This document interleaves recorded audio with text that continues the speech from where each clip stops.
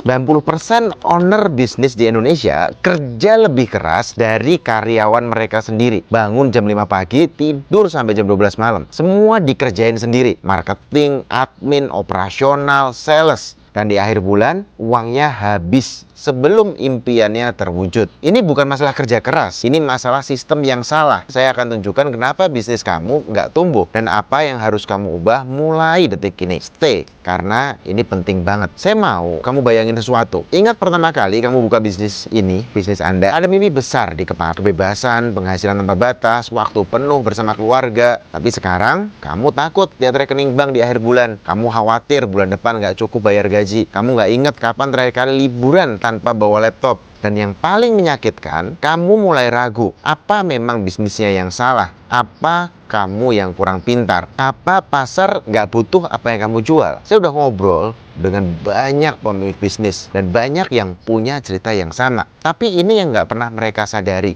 Masalahnya bukan di produk, bukan di modal, bukan di tim, sistem sales mereka. Hari ini kita bongkar semuanya bareng-bareng. Pertama, saya nggak akan pura-pura udah sempurna. Saya juga pernah di posisi itu. Bisnis jalan kenceng banget, tim tumbuh, omset naik, tapi uangnya nggak pernah ada. Capek, tapi nggak kaya-kaya. Kerja keras, tapi hasilnya stagnan.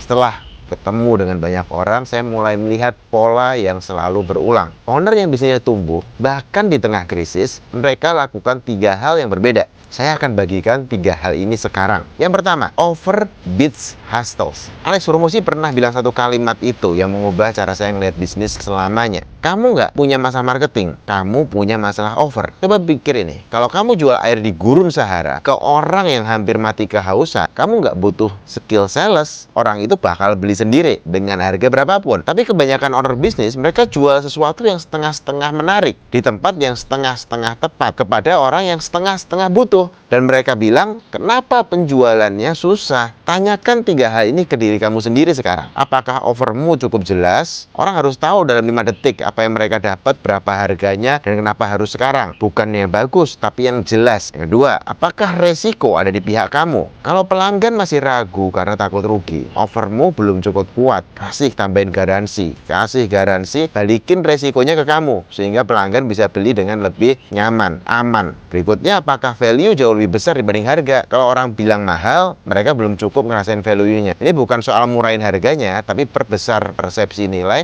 perbesar nilainya, perbesar manfaatnya, perbesar value-nya. Bisnis yang tumbuh bukan karena kerja lebih keras, tapi karena punya offer yang jauh lebih kuat. Hukum kedua, orang nggak beli produk, mereka beli kepercayaan. Tony Robbins pernah tanya, kapan terakhir kali kamu beli sesuatu dari orang yang nggak kamu percaya?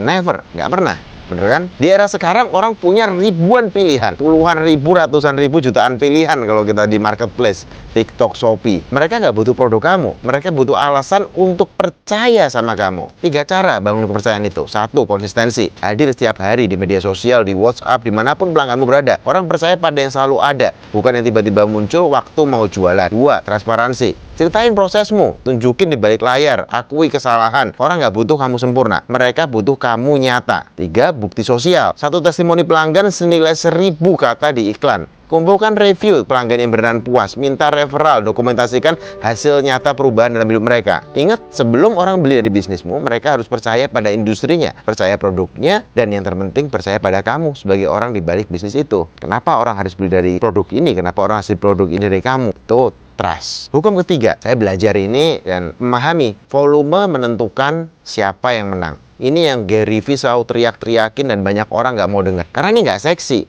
nggak menarik, nggak ada shortcutnya. Kenyataannya pemenang dalam sales bukan yang paling pintar, bukan yang paling tampil, bukan yang paling berpengalaman. Pemenang adalah yang paling banyak melakukan repetisi. Kalau kamu kirim misalnya 10 proposal dan nggak ada yang closing, kamu belum bisa simpulkan apa-apa, itu terlalu sedikit datanya. Banyak pengusaha nyerah ketika baru nyobain 10-20 kali. Padahal bisa jadi closing terjadi ketika teman-teman udah nyoba 200 kali. Dan satu hal yang sering dilupakan, pelanggan lamamu adalah tambang emas yang belum kamu gali. Mereka sudah percaya sama kamu, udah tahu produkmu bagus, biaya jual ke mereka jauh lebih murah dari cari pelanggan baru. Hubungi mereka, tanya kabar, tawarkan produk berikutnya, minta referral, dan seterusnya. Volume itu bukan berarti spam. Volume berarti konsistensi hadir.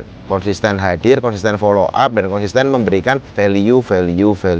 Nah, sekarang saya mau kamu jujur sama dirimu sendiri. Dari 3 hukum yang baru kita bahas, di mana kamu paling lemah? Offer kah yang belum cukup kuat? Kepercayaan pelanggan kah yang belum terbangun? Atau kamu sudah tahu semua ini, tapi belum cukup konsisten menjalankannya? Nggak apa-apa. Ini bukan tentang siapa yang salah, ini tentang siapa yang mau berubah. Jadi bisnis yang kamu bangun hari ini, itu warisan yang akan kamu tinggalkan dari perbaikan-perbaikan itu terus-menerus. Untuk orang-orang yang bekerja bareng kamu, untuk komunitas di sekitarmu. Jadi kamu nggak berjuang buat profit semata, kamu berjuang untuk membuktikan bahwa kerja keras yang jujur bisa menghasilkan kehidupan yang luar biasa. Dunia nggak butuh lebih banyak pengusaha, dunia butuh pengusaha yang lebih baik. Dan kamu bisa jadi itu mulai hari ini, mulai sekarang.